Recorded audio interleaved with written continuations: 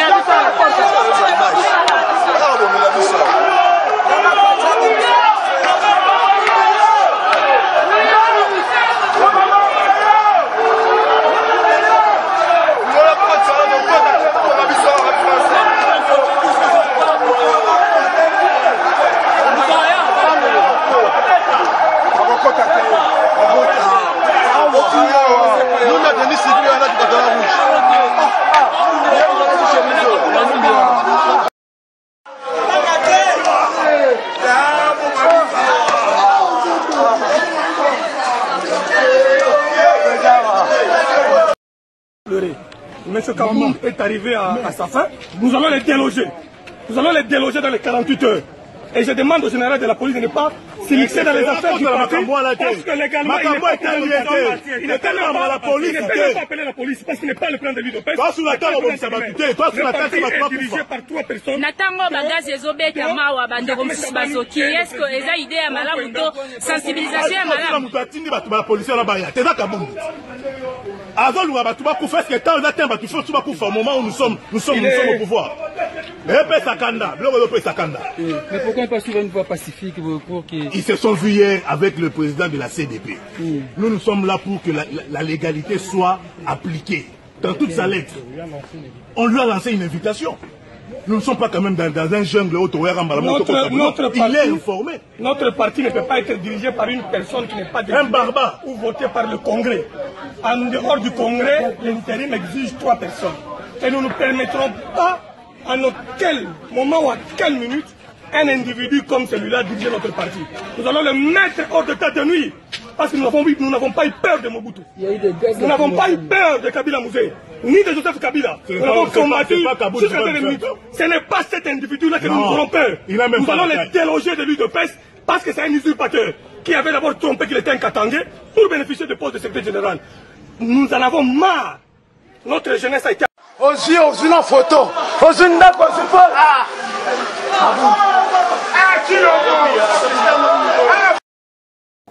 Tu es vice-président de la Ligue des jeunes pour tout le monde qui est jeune oyo babundaki na lit oyo po bakoma na pouvoir alors lelo ba jeune ba réclamer nini to ko mona ba ko betaka bandeko mususu koto ba gaz lacrymogène eza ko betama et mobulu pene zalaki na IDPS na yango to kitina ntolu quand même koyeba mobulu on ezaki di ya quoi tokolobela lisusu dossier ya Nemo Ntemi azongi na prison centrale ti siko azali kuna ou bien esi abimi eza mituna tokotuna mwana mboka Amisi Makutano o azali pe molobeli ya IDPS o bana kata pouvoir tokolobela lisusu ba notable ya Maniema est-ce que IDPS ezala kaka parti ya baluba topé ezali bikolo no ezali ko se retrouver na kati. Bonjour mon amour. Bonjour Mopanzi Sango mbote pe na baeba kolanda biso à travers le monde. Voilà bandeko ba kolanda biso toni ko tout le monde mutuna moko sur gestion ya IDPS. IDPS ezali kaka parti ndenge baluba parti ya bandeko ya Kasai. Je crois que tango pesi ba point au toko développé yo moko oti koloba biso to ali ba notable ya Maniema et que na komona maloba to elobeli ya bandeko na ndenge balobaka que IDPS ezali parti ya baluba c'est faux. IDPS ezali patrimoine ya ba congolais nyos yango ndo komona baluba bayali ba Congo bayali bato ya Maniema pe bayali Grand Kivu ezali Grand Katanga ezali donc tozali ko représenter Congo mobimba. C'est pourquoi au monde a parti yango ezalaka toujours na force parce que biso bikolo nyonso to ali na kati. Donc na ba o bakanisa ke IDPS ezali seulement parti ya baluba, il se trompe batalaka ngo na musika ngonga yango eba ya kotala ngo na pembeni bo ba comprendre que non biso nyonso to ali na kati eloko. Donc ndenge lobi que IDPS ezali parti ozoli ko regrouper ba tribu nyonso ya RDC. Alors le toni ko yeba structure oyo lingi obimisa ba notable ya Maniema ezali ndenge nini pe masolo na otambola. Bon, ezali structure to lingi ko bimisa te parce que wana pena tozali na ba kulutu ebele bazali entre autres muto azali ko kamba caucus yango ezali maître Takaishe oyo azali mukolo tolobi amema biso nana monenge ezalaka et ngai Amisi nazali lokola chargé à communication nazali ko pesa message na occasion oyo na ko profiter pour na ko yebisa bana Maniema nyonso que na kati ya IDPS caucus Maniema ezali parce que lelo na kati ya Kinshasa awa tozali na ba représentant na biso ya niveau ya province o bazali awa tous les deux fédéraux entre autres o yazali ya fédération ya Maniema ville na o mso azali fédération ya Maniema rural et entre autres tokosenga na bana nyonso ya Maniema en commençant par la commune de Mikelenge, Alungoli, Basoko, quoi, Mizeitoun, ville, que Koki, Cezali Kobongisa, Lisanga ya Bisonyo so bana Maniema, comment total nengeni ni tokoki ko accompagner le chef de l'État par rapport à la vision et surtout à unité à Congolais.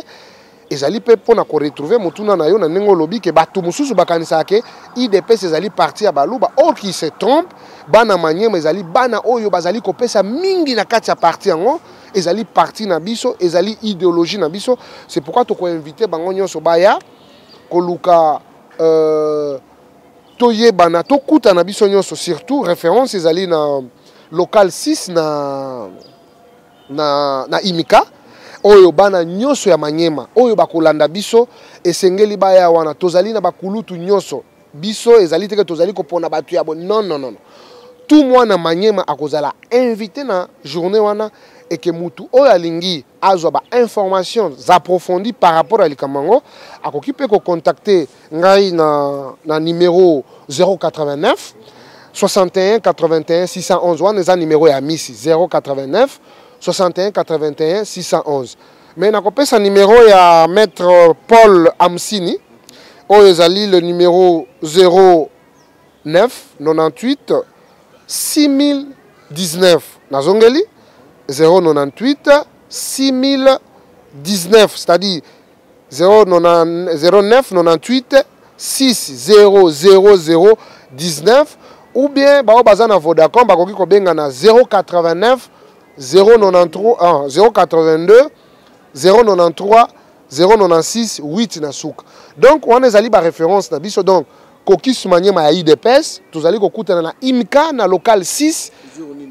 En tout cas mikolonyo soso ki balingi baleka déjà po baya kozwa ba information ndenge nini kolekela mais to bengisi bana nyoso ya Manyema na lobi lisusu bana nyoso ya Manyema sans discrimination aucune parce que na minute celui qui préside à la destinée ya mboka na biso ezali mwana mboka Félix Tshisekedi, il faut sentir une touche ya bana Manyema. Bana Manyema kwetu akotoke boy ndenge tolobaka toujours et pas na biso en tout cas domestique à la raté biso to ali ba sali étant donné que to ali ba sali photo ya kolakisa ngo yango nde koki se bengisi bino nyonso à travers la ville province de Kinshasa ba o nyonso bazali awa boya to kutana to solola na kacha libota na imika na local 6 bana Manyema nyonso ba kutana wana baya ko solola totala lolenge kani toko accompagner le chef de l'État par rapport à la vision naie où ils allaient premièrement à unité et puis comment to vaincre la pauvreté où ils allaient gangrène moko où to bundisa tout au long ya quinquennat ya chef de l'État. Et vous allez pour quel objectif objectif d'abord ils allaient pour na ko sala ko renforcer lien wana ils allaient entre bana Manyema ya Kinshasa na bana Manyema au bazana province parce que nous devons atterrir bana poto bana ba province non to bandina nous boye parce que ba o bazana poto bakoya ko se joindre na biso bato wana Kinshasa mais tolingi communion ezala parce que d'ici là nous allons descendre na province ya Manyema to la kisakeno le chef de l'État a des compagnons dignes et à la hauteur il y a dimension à chef de l'État alors esengela ka e banda quelque part yangoyo to sali kokis o ekambami momentanément par maître Takaish et que moi je suis le porte-parole et toko étendre yango to bandi awa mais en relais na bandeko na biso bazana Manyema baeba que non Manyema ezali valablement représenté na pouvoir à Félix Tshisekedi et que nous sommes là pour na kopesa ba directive ensemble na équipe pour que tout le monde ndenge nini tokoki ko accompagner le chef de l'État dans l'ensemble et dans la culture. Tokobete le solo ya Manyema ona mona mboka misi makutano na kati ya IDPS tokomona désordre mo to comprendre ngote na pouvoir otokoloba ya mona mboka Joseph Kabila kabangi otukoleka totikala jamais koyoka makele na PPRD jamais ono batumbi muto ba beti boyo bi bazowela entre secrétaire général ou bien président boyo mais bino IDPS une fois arrivé au pouvoir tout le monde a désordre moko na habité bien organisé ba jeunesse na bino ba to boko diriger désordre moko route wapi et puis eza pona nini. Merci beaucoup ndeko journaliste. Ah il faut tout ça là un distinguo autre temps autre mers ndeko Kabila zalaki ko diriger na Minduki il y avait pas la démocratie mais lelo avec l'avènement de mwana mboka Félix Tshisekedi c'est la démocratie mais démocratie ne veut pas dire que ça la apologie il y a violence. C'est pourquoi, avant d'aborder la question, on a condamné premièrement de tous les bords. Hein? Et de l'autre camp ou de l'autre camp. Si la violence est outil, vraiment il faut condamner la violence sur toutes ses formes. Violence est bon, ça est l'autre côté. Nous avons hérité les valeurs. Qui est incarné par le père de la démocratie, Tobengi Etienne Tshisekedi wa Mulumba, des mémoire. Et que les lobbies sont totikali et sengeli to l'accender ba valeur ya la kisaka biso mais l'accès qui biso ba valeur ya violence te. Bien sûr ces derniers temps na kati ya parti ozomona ba nouveau recrit bazali bato ba yesika o balandi mo pepe ya bokonzi mais eza ko sala biso passe biso to ko kokota na ma bo salité wana te ya ko pesa na kabambeba ko zokisa naka ko bundanaka eza malamu te. Et là, on a martelé awa nazali oyo nazali ko kamba ba bilenge ya IDPS ba moni passe na parti oyo bilenge ya IDPS ba se sacrifier na parti oyo bilenge ya IDPS ba en tout cas ils ont affronté nyoso ya mabe ya mokilo pour que le loto za na avènement oyo o bato bazolinga ba bosana même nzambe likolo ko bosana te. La victoire de Félix Tshisekedi, c'est la victoire aussi de la jeunesse. Ce n'est plus le moment d'utiliser les jeunes. De tout bord, je parle. Ils ont la 10e mairie, ils ont la 11e mairie. Ce n'est plus le moment d'utiliser les jeunes. Ça, c'est le moment où les jeunes vont accompagner le chef de l'État. C'est ce qui doit nous préoccuper. La violence inutile. Et puis, la méthode archaïque qu'on utilise les jeunes pour faire la bino. Ce n'est pas du tout normal. Bato musu bazo utiliser ba jeune pour que bango bazala ba fulane musu pa linga utiliser ba jeune pour peut-être à conforter position moko boy to bité. Nous devons privilégier le dialogue entre nous. Nous devons nous parler. Ce n'est pas la violence. Et comme notre mode il y a Kobongi, ça va différent. Non. La violence, en aucun cas, et koki kozale lokomoko, oh, to tiango, comme il quoi, moi, modèle, nabiso, ya ko régler ma problème, nabiso. Non. Il faut dialoguer, il faut parler. Tous les problèmes, oh, balobak, naba scientifique. Problème, c'est ça qu'on a solution. Mais si le problème, c'est une solution, mais solution à problème, oh, bon, comme tu as dit, violence, c'est comme à Liboso. Pourquoi il faut qu'on bomane? Pourquoi il faut qu'on bête dans Babylone comme ma casse? Ma bende, pourquoi? Pour quelle finalité? Je crois que, en tant qu'un homme épris de paix, en tant qu'un homme, on a dit que je défends des valeurs de l'UDPS, je ne peux jamais accorder la violence sur toutes ses formes. Et que, Batuna Batuba Mitala, le mal vient d'où? Qui veut justifier quoi pour qu'il fasse quoi? Parce que moi, personnellement, j'ai beaucoup de considérations dans Babilengue à IDPS. Nous nous sommes bâtis pendant autant d'années et que les gens viennent nous utiliser parce que Bango Balingi bazo ba position moko boye.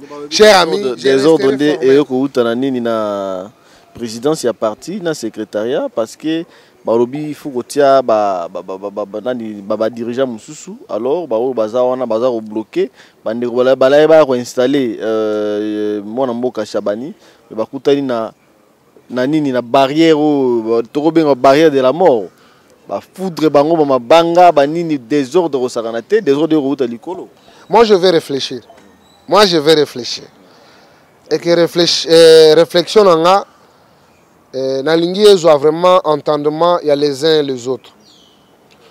L'IDPS n'est pas un dépotoir où on peut jeter n'importe quelle catégorie d'immondice. L'IDPS est un parti politique où ils allaient régir dans des textes. Les textes réglementaires du parti, c'est les statuts et les règlements d'ordre intérieur. Balinga qui baya ko installer, banane. Il y a des mécanismes. D'ailleurs, parce que est-ce que Kaboun a frappé a frappé à rediriger IDPS ou bien a éligible à rediriger et puis moi Namboka secrétaire général au Yaza Sikoyo. Est-ce que Tilelo a dirigé toujours AI wana bodala ko condamner moi Namboka Kabila Rabange soki ba nommé ba tie mutu moko surtout Carole Agito bino bolala te butu mo ekolobaka AI boto diriger institution mobimba maintenant ni tokoloba entreprise publique AI 5 ans mobimba ora intérim ti siko bino pe na IDPS to ke da 4 ans 4 mois bo toujours kaka na ba AI. C'est pourquoi il fallait réfléchir. Ici, c'est la politique. Dans une question politique, et ça peut mériter une réponse politique. Ici, nous ne sommes pas dans une entreprise où non.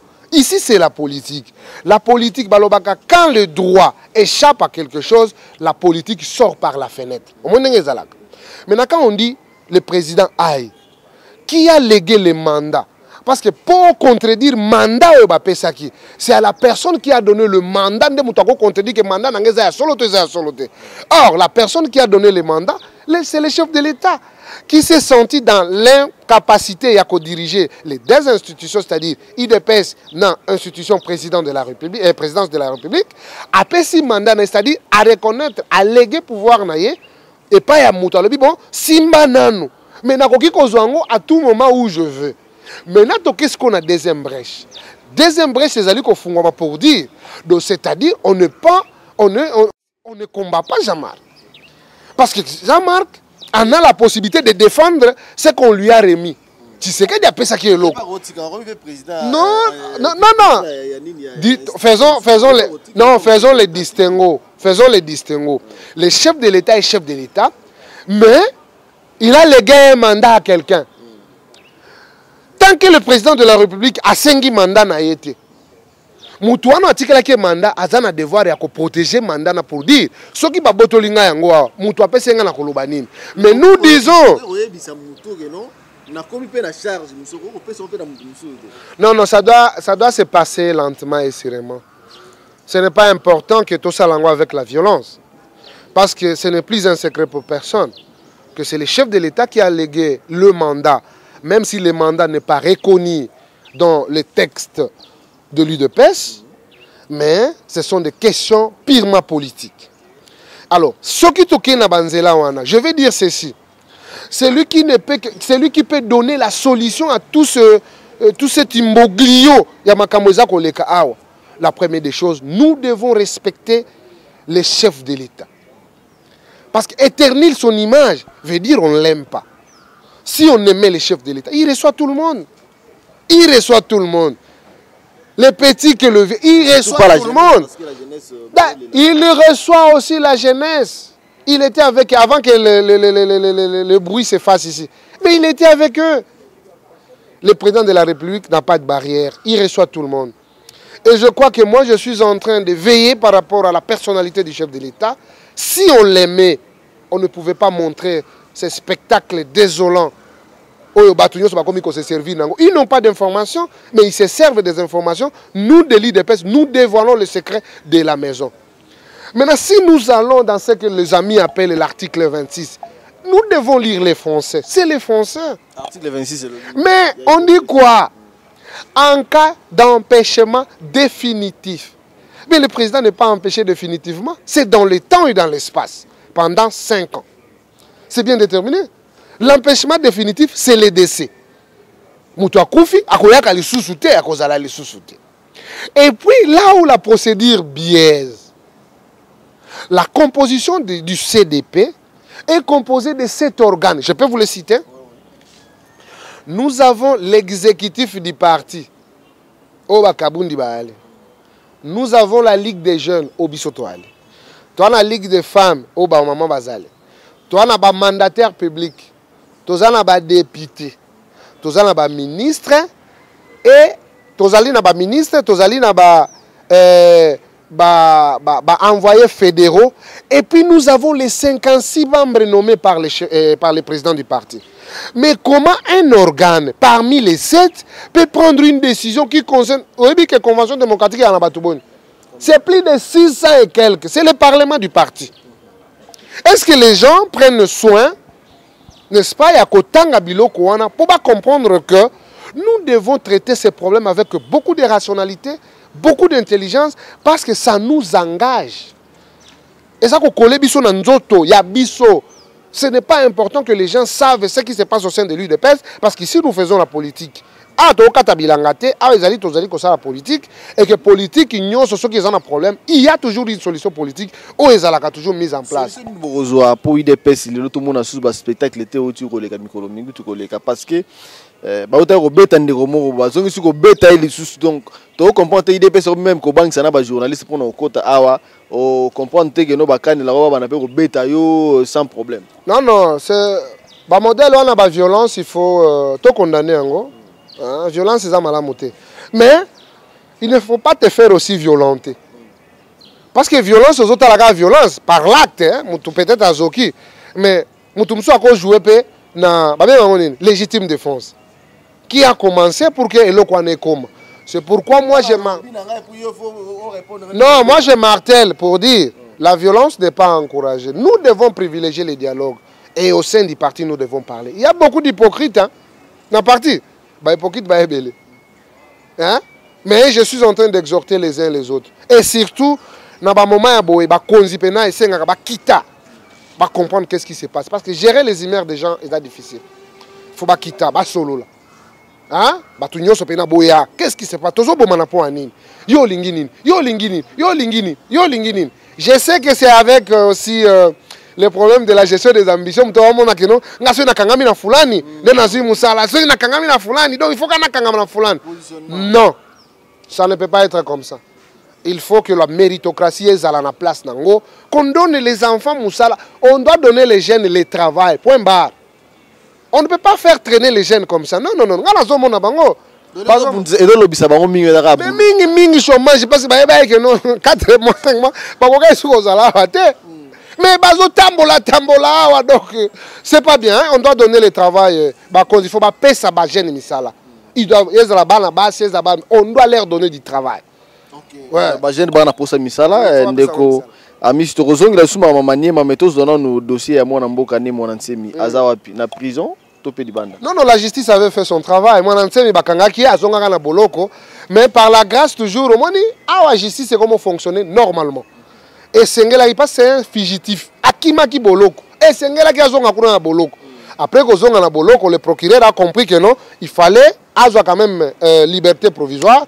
Avoir qui liberté provisoire lobby donc mon ancien mazan est moins libre.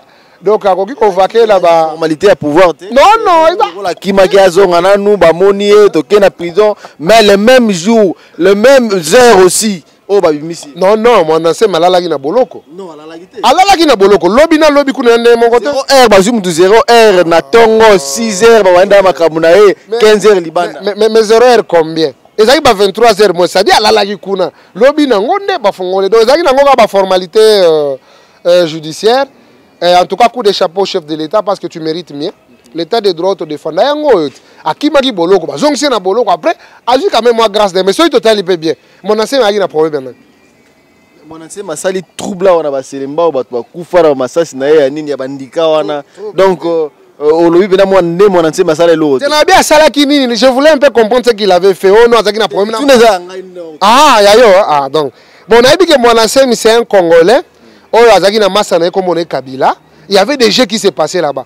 Tant de distractions ont sauté. Zaki jeune masana a sauté. Ce pas comme ça sous ba jeune bango peut-être à Hollande na Kingakati. Ici c'est l'état de droit. À tout cas faut donc ça mutuna nzela na. Voilà, il faut que ça mutuna nzela na e bana maniema na kati ya IDPS politique nini ya sika oboli romema kokiso. Bon, c'est toujours dans les caractères. Il y a que le parti c'est un parti national. Oyebi ça fait 21 ans que M. Amissi est dans l'IDPS ensemble avec les enfants du Maniema. Sika sigo. 21 ans. Aïe, aïe, aïe. On va dire la mouka. Ça fait 21 ans dans la IDP, ça fait 21 ans, na moi mouké. Na Koliawa. Ensemble na batuna biso. Je tiens à te rappeler, oui que Chadar Azaka fédéral nanga. Chadar Azaka fédéral nanga. Colosso Soumalo bien. Ancien ministre de la Justice, il fédéral nangai. Ouais, histoire. Oui, président de la Ligue des Jeunes, c'est Forêt qui bondi la libre magistrat. Donc, il y a des belé, mais partout les appels ils sont dans l'ingango makasi donc en aucun cas nako talango na mususu parce que yebi ceux qui tourna ba jeune mi balé o tango chi bala ba noma premier ministre wa benga ka pour faire service wa poste amici.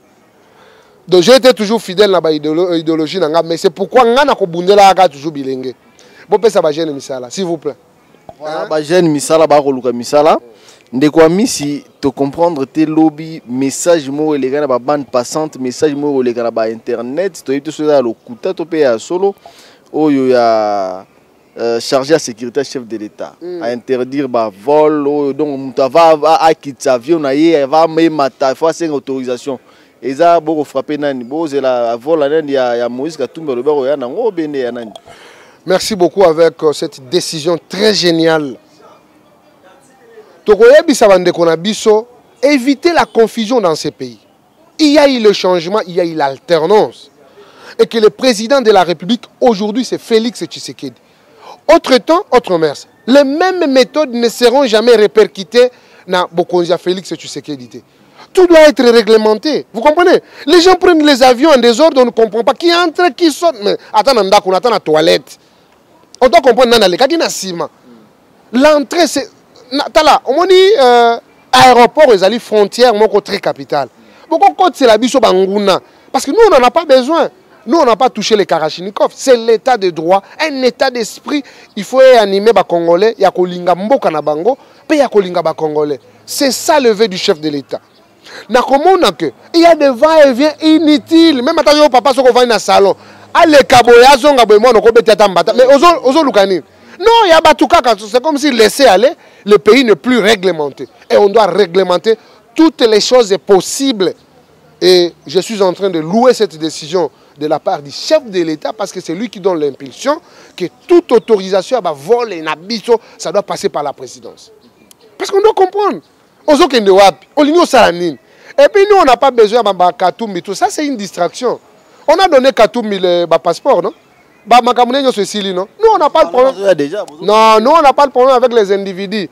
Ils ont compris que Basi Bapola na bango, c'était une politique de la ruse. Pendant qu'on me met la biso ko inana entre les Congolais, mais ils ont compris. Aujourd'hui, il fallait rester seul. Atikana bande konaye ya Bapanzani. De atikana bande konaye ya atikana bande konaye wana po babina kabinaka. Mais politique en soi, etikali kototi. Batika biso to ça politique. Fallait le Bapanzani. En tout cas, kuna c'est peut-être danse. Kuna peut-être danse. Non, politique ya kuna danse nde ya kuna. Dans ces akuna de quoi misto komi kokende na suka ya émission na biso message pour na ba activité nyonso ya bana ya nini ya kokisa nini ya Maniema et pour na bana nyonso ya IDPS oyo bauti koleka ba misusu ba kolela na ba hôpitaux na mo ba pota bazwaki na mobulo lekaki message nyoko pesa bango pour message d'apaisement. Merci beaucoup. Premièrement, na bana IDPS onyoso bazoki o ba betami onyoso bazaki violenté. Vraiment, qui m'ezala dans tous les bords. Nous sommes les enfants de l'IDPS. Toku fite na bitumba, nzamba sungi biso tozali. Mais toko misu na pouvoir, toko bomana pona nini. Si nous avons nos divergences, acceptons de parler. Tout se contredire, c'est pas grave. C'est ça la sagesse africaine. Nous sommes les Africains et que Africains et l'oko malonga ezali toko lobana. Même si là où il y a un débat, jaillit la lumière. Attends ko silika, mais ce que ça bo solo, yango neza la bo solo. Et puis bateau bazali ko interpréter ba texte. Ba aider bateau c'est en français. Ça que non parce que yo comprendre français na ndenge na yo, olobelango na ndenge non c'est pas bien. Alors pour finir, les enfants du Maniema, bozala ini, biso tout okutana. Oh yo ça a besoin d'information parce que d'ici là koki sezo bimanango. Tokutana na local 6 na Imika et pas maître Takaishi oyo azali président na biso en entendant biso nyos toya wana tokutana bana Mikelenge bana Longole bana Basoko bana Mizeituni bana ville bino nyoso bana Maniema accompagné na ba fédéraux na bino mibale parce que toza na fédéral ya Maniema Rila azali awa ndeko Oleko le président et puis toza na ndeko Idriss oyo azali ya fédération ya ville ya Maniema. Donc biso tout okutana wana tozali ko peaufiner déjà ba stratégie. Je crois à la fin de la semaine koki soit neko salama bana nyoso ya Maniema sans discrimination aucune parce que lelo biso tout oyeko comprendre que le seul parti est mibunda pona ba congolais comme nango IDPS ba musu ba kene par hasard ya parcours mais lelo parti na bango yango yo batu nyoso baya tokutana to sepela qu'on accompagne le chef de l'État par rapport à sa vision. Et puis pour finir bokanisa ba jeune bakolanda bino na sima mikongo te. Vous devez donner du travail ba konzi a parti bo pesa ba jeune misala ezala ba jeune fille ezala ba jeune garçon bana bakomi ko banga yango zo mona ba violence tout ça bo rassurer bango ensemble biso nyonso to ko salango mais privilégions la paix biso nyonso to bo manate to zokisana te yango e pouvoir to lukaki yango to ko sala yango pe to kumbela yango et que ba congolais ba mona vraiment que non le véritable parti au bundela ki bango yango yo ezala ba papa ezala ba mama biso tout pour ceux qui mutu na mutu akomo ke na ba occupation na ye toko bomana lisusu te bana Maniema rendez-vous biso nyoso na Imika chaque jour boluki maître Takaishi. Je répète le numéro bakoki ko benga 089 61 81 611 wana za numéro na ngai numéro wana 089 61 81 611 et puis local 7 na Imika et pas maître Takaishi boya wana bana Maniema nyoso bobenga. Je crois que ba émission ko leka lobby et ko leka pe lundi et puis mingi partenaire sérieux et partenaire fidèle toujours wa basango na pointe nazali wana bana IDPS soyons unis toyebi ke misale zobo misabiso ebo misabiso te bino pe ba vie botika bana bazala tranquille babundi mingi ezate ke no bino bozonga lisusu po boya bana babundela bino po boya bo se justifier pas question bana bazwa misala ya bana mibali bana basi. Merci papa chef wa protocole azo musala te na présidence. Merci beaucoup mwana mboka misi.